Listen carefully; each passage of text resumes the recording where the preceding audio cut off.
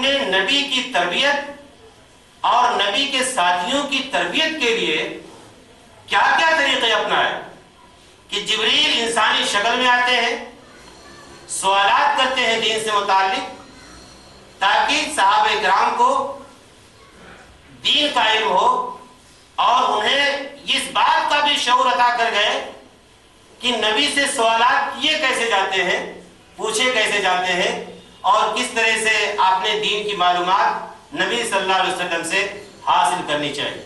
مثال کے طور پر ایک معاشرہ ہے، سماج ہے، وہاں کوئی نئی چیز پیدا ہو رہی ہے تو لوگوں کو سمجھ ہی میں نہیں آتا کہ پوچھیں کیا معلوم کریں۔ ہم لوگ کبھی کبھی جلسے میں جاتے ہیں، تقریر ہوتی ہے، عوام ہمارے بیٹھے رہتے ہیں، واقعی ہمارے عوام کو بھی اس کا شعور نہیں ہے کہ سوال کس چیز کا کیا جانا چاہیے، کون سا سوال کریں۔ بہت زیادہ جو سوال ہوتا ہے وہ یہ اپنی معلومات ہے اس سلسلے میں، یہ دیکھنے کے لیے کہ مولانا کو یہ بات معلوم ہے کہ نہیں میں یہ سوال کروں، وہ اپنی معلومات میں اضافے کے لیے سوال نہیں کرتا۔ تو یہ جو نقطہ نظر ہے ظاہر بات ہے کہ انتہائی غلط ہے۔ یہاں حضرت جبریل علیہ السلام نے دین سے متعلق انتہائی اہم سوالات کر کے صحابہ اکرام کو اس بات کی تعلیم دی کہ دین کیا ہے۔ تو آپ نے سمجھا کہ ایمان کسے کہتے ہیں، اسلام کسے کہتے ہیں، اور قیامت کی علامتیں کیا ہیں، یہ اللہ کے نبی صلی اللہ علیہ وسلم نے تفصیل کے ساتھ ان تمام چیزوں کو سمجھا۔ حضرت ابو ہریرہ رضی اللہ تعالیٰ عنہ کی حدیث کہتے ہیں کہ اللہ کے نبی صلی اللہ علیہ وسلم نے فرمایا الایمان بضع وسبعون شعبۃ فافضلها قول لا الہ الا اللہ وادناها اماطۃ الاذى عن الطریق والحیاء شعبۃ من الایمان، کہ 70 سے زیادہ شاخیں ہیں ایمان کی۔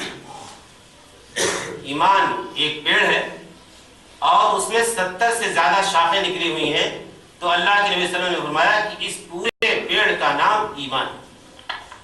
سب سے اونچی شاخ، سب سے افضل شاخ لا الہ الا اللہ، یعنی کلمہ توحید کہ اللہ کے سوا کوئی معبود نہیں، اللہ کے سوا کوئی معبود نہیں۔ سر جھکے گا تو اللہ کے سامنے، عبادت ہوگی تو اللہ تعالیٰ کی، مانگا جائے گا تو اللہ تعالیٰ سے، فریاد کی جائے گی تو اللہ تعالیٰ سے، اولاد طلب کی جائے گی تو اللہ تعالیٰ سے، شفا طلب کی جائے گی تو اللہ تعالیٰ سے۔ اللہ کے علاوہ کوئی معبود نہیں جو ہماری حاجت روائی کر سکے۔ تو اللہ کے نبی نے فرمایا کہ سب سے افضل شاخ جو ہے ایمان کی کلمہ توحید ہے، لا الہ الا اللہ۔ اب یہی آپ سوچئے کہ آپ زندگی بھر ایمان و یقین کی بات کریں، لیکن اگر توحید نہ سمجھا سکے آپ مسلمانوں کو، شرک کے دلدل سے انہیں نہ نکال سکے، اور شرک کو دور تک سمجھانے میں آپ کامیاب نہ ہوئے، توحید کو دور تک سمجھانے میں آپ کامیاب نہ ہو سکے، اور اس کی تشریح آپ نے نہیں کی، تو خالی ایمان کا لفظ زبان سے استعمال کرنے سے دعوت و تبلیغ کا شاید حق ادا نہیں۔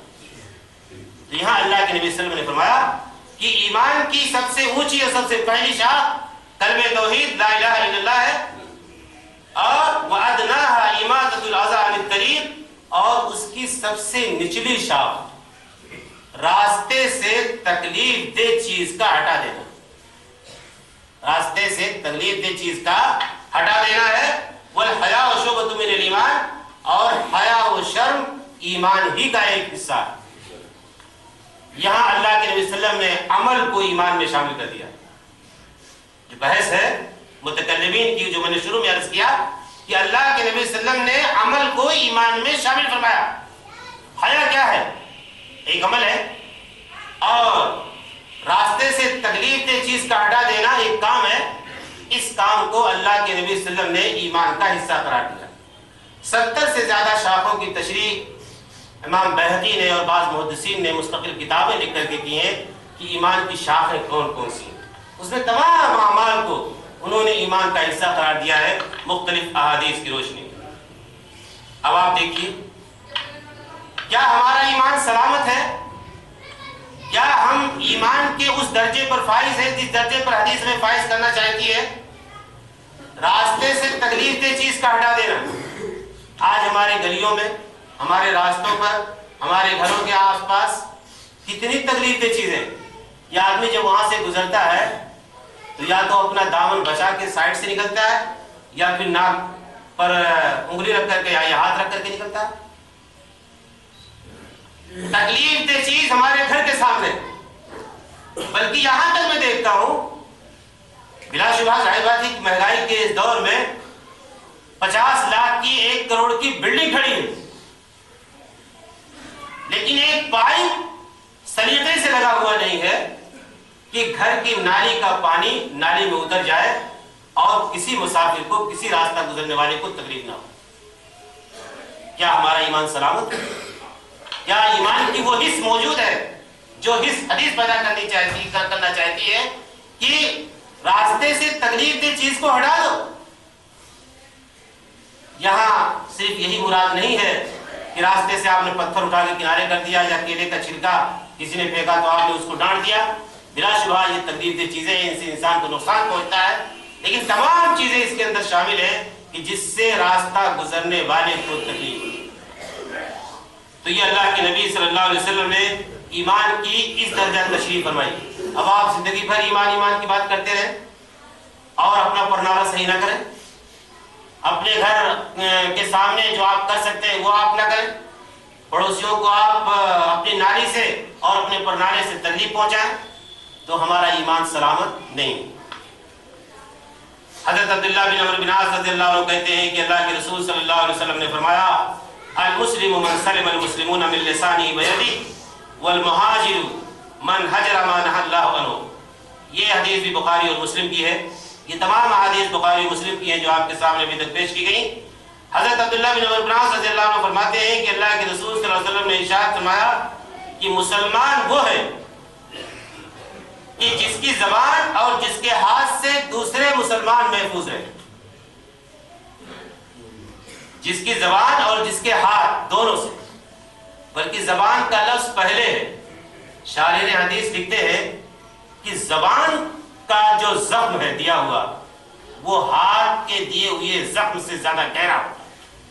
آپ نے کسی کو تھپڑ مار دیا، تھوڑی دیر میں اس کی تکلیف رفع ہو جائے گی، لیکن اگر آپ نے زبان سے اس پر کوئی اتہام لگا دیا تو وہ پورے سماج کے سامنے زندگی بھر ہمیشہ سر جھکا کے رہے گا کہ فلاں آدمی نے یہ الزام لگا.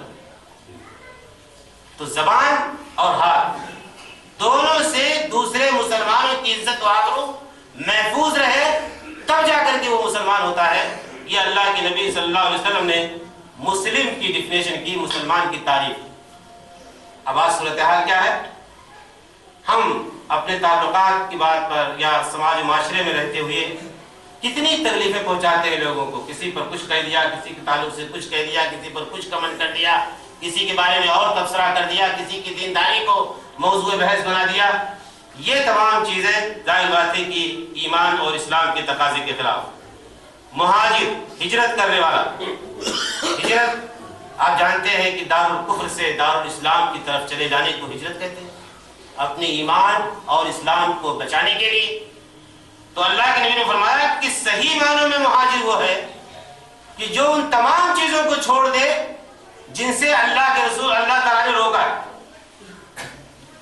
یعنی اللہ تعالیٰ نے جن گناہوں کے قریب جانے سے منع فرمایا ہے ان گناہوں سے باز رہے. صحیح معنوں میں مہاجر وہ. حضرت انس رضی اللہ عنہ کہتے ہیں کہ اللہ کے نبی صلی اللہ علیہ وسلم نے ارشاد فرمایا لا یؤمن احدکم حتی اکون احب الیہ من والدہ وولدہ والناس اجمعین.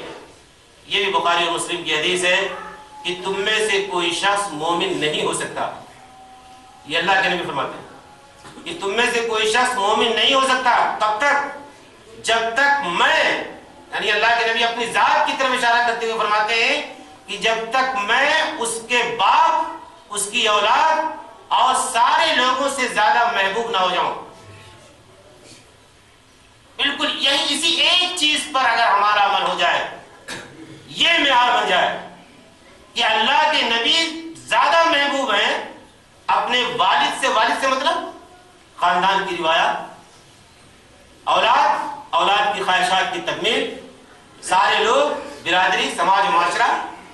آج کتنے احکام اور مسائل ایسے ہیں جن کو ہم جانتے ہیں کہ غلط ہیں، کتنی رسمیں ایسی ہیں جن کو ہمارا دل کہتا ہے کہ